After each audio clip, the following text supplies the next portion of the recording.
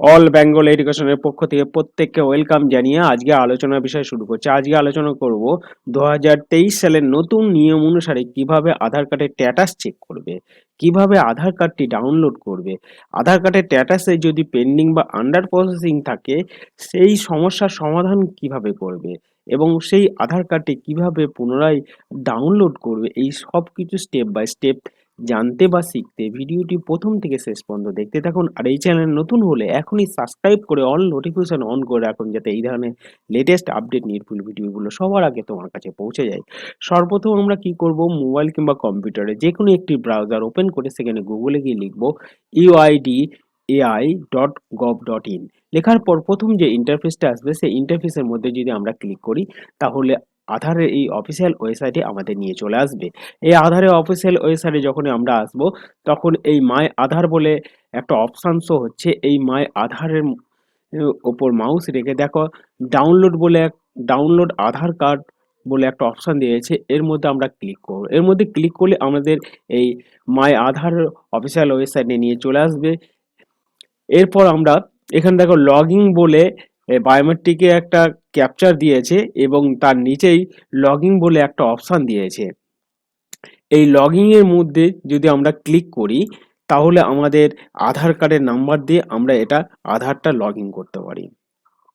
তবে আমরা এখান থেকে করব না, কারণ এখান থেকে করলে দেখা গেল একই ফোন নাম্বার দিয়ে আমার আধার কার্ডটা আগে রেজিস্টার করা ছিল এবং আপডেট করার সময়ও সেই একই ফোন নাম্বার দেওয়া আছে। তাহলে পরে যদি আমরা এখান থেকে যদি আধার কার্ডটা ডাউনলোড করি, আমার আধার কার্ডটা আপডেট হয়েছে কিনা সেটা আমি কিন্তু ক্লিয়ারলি যতক্ষণ না ডাউনলোড করছি ততক্ষণ আমরা কিন্তু বুঝতে পারবো না। তাহলে আমরা কি করব, আমরা স্ক্রল ডাউন করে নিচের দিকে আসবো। স্ক্রল ডাউন করে নিচের দিকে যখনই আমরা আসবো, দেখো আমাদের সামনে অনেকগুলো অপশান কিন্তু এখানে শো হচ্ছে।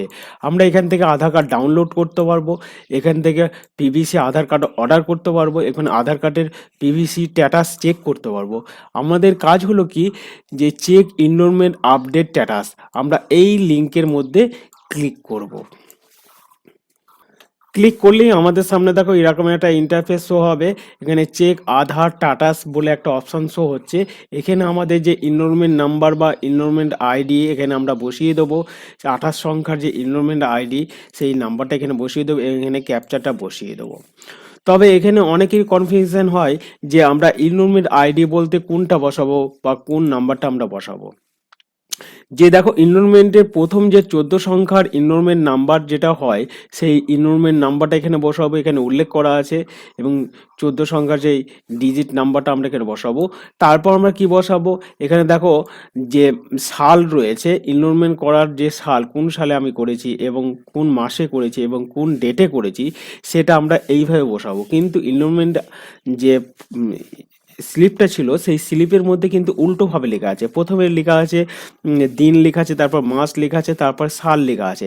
কিন্তু যখন আমরা স্ট্যাটাস চেক করব কিংবা ডাউনলোড করব তখন উল্টোভাবে লিখব। প্রথমে আমরা কি লিখব, সাল লিখব, তারপর মাস লিখব, তারপরে দিন লিখব। তারপরে যেমন টাইমের ক্ষেত্রে প্রথমে ঘন্টা, তারপরে মিনিট, তারপর সেকেন্ড।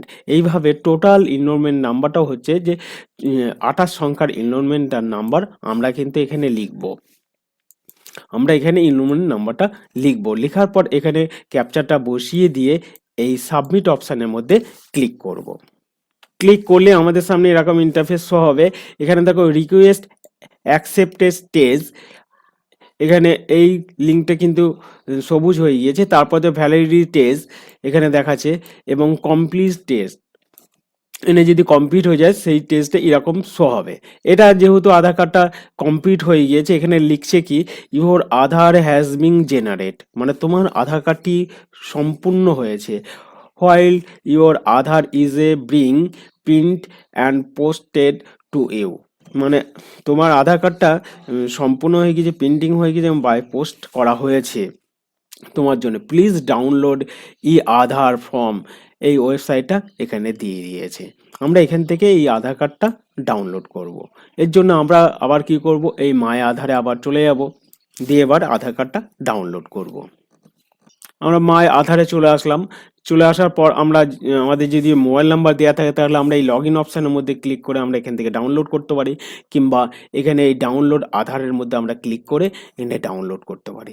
এখানে আমাদের কি করব, আধারের নাম্বার যদি থাকে আপডেটের ক্ষেত্রে আধার নাম্বার তো থাকবেই অবশ্যই, সেই আধার নাম্বারটা এখানে বসাতে পারি, কিংবা যদি আমাদের এনরোলমেন্ট নাম্বার দিয়ে আমরা যদি ডাউনলোড করি তাহলে এনরোলমেন্টের মধ্যে ক্লিক করে এখানে 28 সংখ্যার এনরোলমেন্ট নাম্বার এখানে বসাতে পারি, কিংবা ভার্চুয়াল নাম্বার 16 সংখ্যার যে ভার্চুয়াল নাম্বার দিয়েও আমরা আধার কার্ড ডাউনলোড করতে পারি।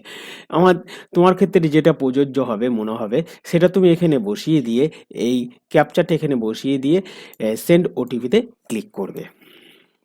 ক্লিক করলেই তোমার মোবাইলে যে রেজিস্টার মোবাইলে ওটিপি যাবে, ওটিপিটা আমরা এখানে বসিয়ে দেবো।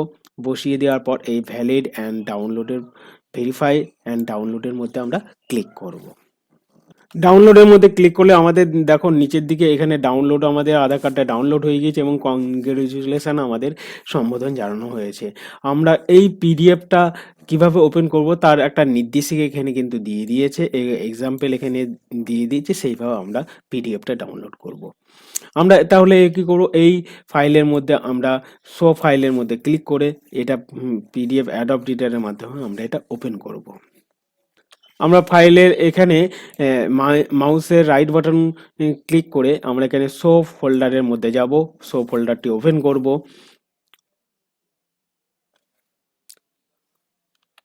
আমরা শো ফোল্ডারটা ওপেন করে এখানে এইভাবে অ্যাডব রিডারের মাধ্যমে আমরা এটা ওপেন করব। এখানে আমরা পিডিএফ এর পাসওয়ার্ডটা কি দেবো, নামের 4টি সংখ্যা ক্যাপিটালের এবং জন্ম সালটা এখানে দেওয়ার পর এখানে ওকে বাটনের মধ্যে আমরা ক্লিক করব। ওকে বাটনের মধ্যে ক্লিক করলে আমাদের আধার কার্ডটা ডাউনলোড হয়ে যাবে। এবার কারো যদি আধার কার্ডের স্ট্যাটাসে যদি পেন্ডিং দেখায় তাহলে সে কিভাবে ডাউনলোড করবে, তার জন্য আমরা আবার অফিসিয়াল ওয়েবসাইটে চলে যাব। এই ওয়েবসাইটে আসার পরে নিচের দিকে স্ক্রল ডাউন করে আসবো। নিচের দিকে স্ক্রল ডাউন করে আসলে আমাদের একটা অপশান আমরা এখান থেকে দেখতে পাবো, যে এখানে টোল ফ্রি নাম্বার একটা দেখতে পাচ্ছি। এই নাম্বারটায় 1947 নাম্বারে আমরা কল করে এই ডিটেলসটা বলবো এবং কি পর্যায়ে রয়েছে এবং কিভাবে ডাউনলোড করা যায় সেই নির্দেশগুলো এখান থেকে দিয়ে দেবে।